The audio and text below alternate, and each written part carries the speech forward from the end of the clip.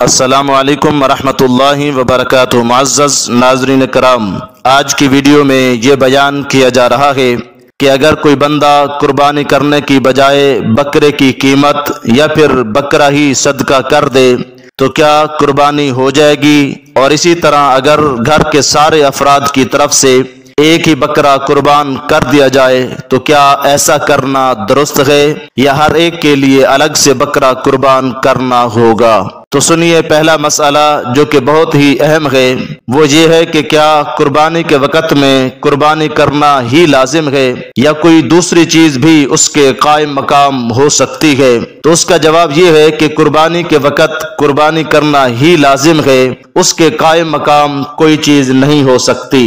مثلا قربانی کرنے کی بجائے بکرا یا پھر اس کی قیمت صدقہ و خیرات اگر کر دی جائے تو یہ ناکافی ہے۔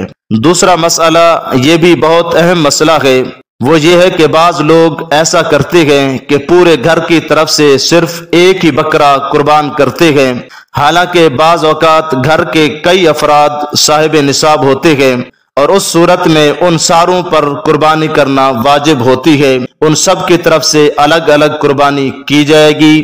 اگر ایک بکرا سب کی طرف سے کیا گیا ہو تو اس صورت میں کسی ایک کا بھی واجب ادا نہیں ہوگا، کیونکہ بکرے میں ایک سے زیادہ حصے ہو نہیں سکتے، لہذا کسی ایک طے شدہ فرد ہی کی طرف سے بکرا قربان ہو سکتا ہے۔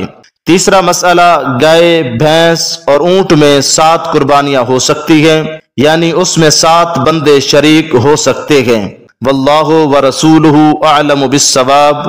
اللہ رب العزت ہمیں دین متین کو احسن طریقے سے سمجھنے کی توفیق عطا فرمائے، آمین۔ وما توفیقی الا باللہ۔